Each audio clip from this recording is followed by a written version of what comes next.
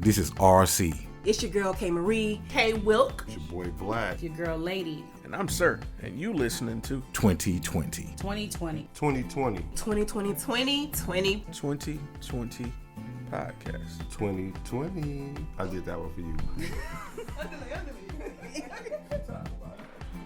Thank you for tuning in to another episode of The Business Minute. I'm your boy, Sirr. You already know who I am. You already know. I know you know because you're here. But anyway, I had the opportunity to interview two outstanding young people. They created a group called Disrupshun. This group is a co-ed organization in the city of Mobile. And they have been making waves throughout the community. So I had to go find them. I went down to their location and I had the opportunity to interview them both. And this is what ensued, man. This is amazing because these are two young people looking out for the community and doing the best they can. And I was astounded, point blank, period. So take a listen, sit back and enjoy. And thank you for tuning in. Yeet! Thank you for joining us on another episode of The Business Minute. I'm your boy, Sirr. And today I got two guests today, and I'm going to let them introduce themselves. My name is Kennedy Michael Davis. And my name is Isaac Oliver Justin. We are a co-ed service organization named Disrupshun Service Organization. All right.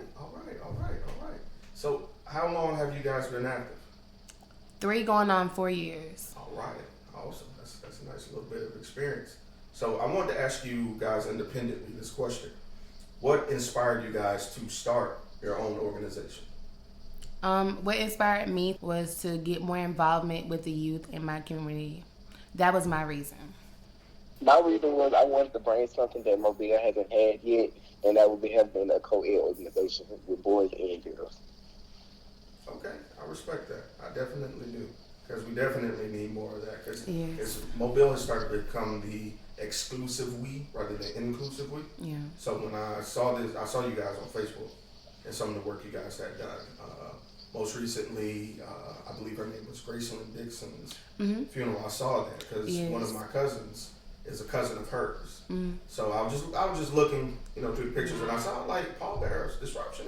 Yeah. Let me DM them, see what's going on. Yeah, we have a really good connection. Yeah, and so I really appreciate that. That really struck a chord with me. Kudos to y'all on that.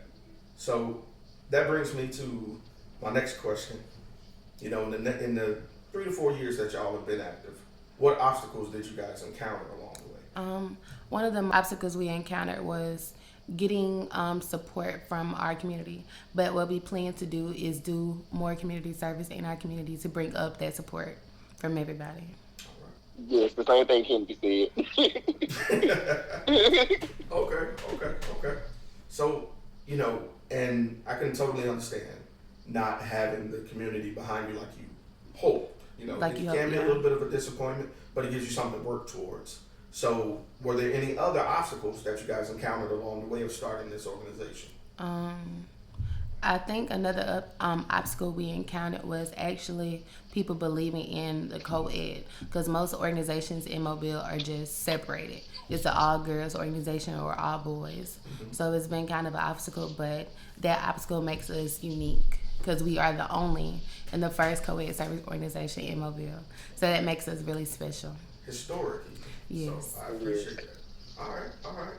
So if to those of you who are just listening, you might notice there's a little bit of sound quality because I'm here physically with one originator of the service, and the other one is actually currently at school at ASU. Boo! But but I just wanted to ask you both independently, how did you manage to balance the organization and your personal life, both independently? For me, how I balanced my life with Disruption and outside, I started it my freshman year in high school. So that was a really big step for me to take on a leadership role my freshman year. And so I just started doing more and more leadership in my community. And I also, my junior year, I actually got accepted in to be a mobilization trailmate for Mobile, Alabama. It's a very high ambassador group for girls in Mobile. Yeah. Out of 50 girls, I'm one of the girls to be a Peach Azalea trailmate. So me having a lot of leadership roles in Mobile County has just inspired me so much more. So that's how I balance my life. All right, and what about you? with me, the same thing as Kendi said. I started Disruption when I was in high school. And like she said, I was in several organizations as well. I was in several Monica courts and also community service organizations inside of my high school. But I had to also learn to balance everything because I had people that was going to be watching me, for AKA the young man that joined the organization. I had to learn that they are watching me and molding themselves off of what I do and what they see me do. That's true. That's absolutely correct. When you're out in the public eye, you're prone to that scrutiny. So, People look at you all the time. all the time. So you have no room for error. No. You know, and a lot of times we have to take it down a notch because, again, you guys are kids. No offense. Yeah. I won't say that from because I'm older. You guys are kids, so you know. You want to enjoy life. It was harder, especially for me. I came in as a founder my freshman year, so I was really young. I was 14, so it was that pressure was on me already. Girls, adults, a lot of adults looking at me like, "Wow, this girl, she's a freshman. What can she absolutely do to be a founder and have many leadership roles?" So that I was always on me since my freshman year. So, but sometimes I like to enjoy having a little fun. So at Disruption, we go to different parties or we do really fun community service. Like our last one was actually we did a car wash. That was really fun. So I think that's how I really balance it. Being started off young. All right. And honestly, I think things like that, although it may seem to be a little unfair when you're at a younger age, it can kind of prepare you for what to expect When you're go older. into your right. You'll be like, okay, I've been here before. I know how to, put my best foot forward. Yes. Kudos. All right. So my next question is a little bit of a twist from that one. What experience over this, these 4 years? I'm gonna say 4 years. I'm gonna round up. These 4 years have been the most memorable to each of you? My most memorable is just to see that we've got this far and this big. We have a very wonderful alumni chapter. They're at a lot of the colleges in Alabama, in Louisiana, also in Georgia, I believe, too. Just to see that we're on line 6. We have 6 lines, and that's just very amazing to me. We grow stronger and stronger. We actually have our own new building now. We get to do just a lot of stuff I would never believe. We actually went to Montgomery, the state capital, to actually do some advocacy for our youth. So just all of the opportunities that we get is just amazing. Okay, all right. I like that. What about you, sir? Yes, the same thing like Kendi said. My most memorable memory was our third probate when I popped my knee out of place. What? Yes, that was honestly, yes. We just had started on probate, and as soon as we strolled in, he screamed, and I looked because he's my best friend. I was like, "Is something okay?" And then when I saw he literally popped his whole knee out of place, the probate stopped because I've never done nothing without him. So it was crazy for me. I was having a panic attack. I was just like, what am I gonna do? What am I gonna do? So they ended up pulling him out because he really broke his knee. And me and his one of his best friends, he was the blunt drum major before him. They actually are the first two to do it year by year. He actually helped in and stepped in. I couldn't do it for the first beginning because I kept crying because I'm not used to doing something with him. But it made me a little bit more stronger to see. You still have to keep Disruption going, no matter what, if something happens. Mm-hmm. So that was literally the most memorable. Because people were screaming so many different things. They thought, oh, he died, he just got shot, or, oh, like it was crazy. They expected the worst, honestly. But that's the most memorable, too. All right. Like she did say, though, I'm proud that we have expanded more, and we have people that are in college that are actually giving back to their community now. Right, and that's the important thing. It's one thing to be successful, but to leave a legacy is the key. Yes. That's the thing that makes you great. You can be good and be successful, but you become great when you give it to those beneath you. And the legacy I think that my boys have brought is, again, we have 3 back-to-back drum majors. Our first year started, we had Jamarcus Jackson. Then we had Isaac, and now we have the new drum major, Jacoby Mingo.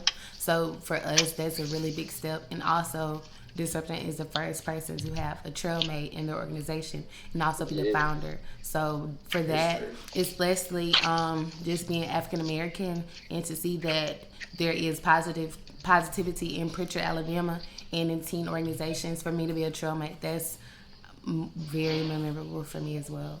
So we have a lot of history inside of Disruption. All right. I love it, man. I'm all for Black History year round. It's many more. I hope you get many more firsts, to be honest with you. Yes. So, Thank you. No problem, man. No problem. So that leads me to my flip question. Because for every high, there's a low. Everything doesn't start off as grand as we hope.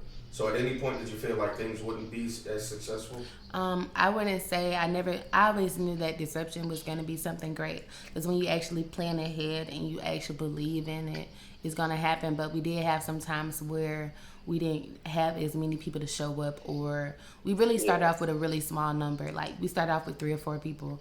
We were just like, it's going to take a minute, but we never thought that we weren't going to be successful. It takes a long time to get somewhere. You have to start at your lows to get to the highs. Right. So we knew it was going to be a tough journey, especially us being young.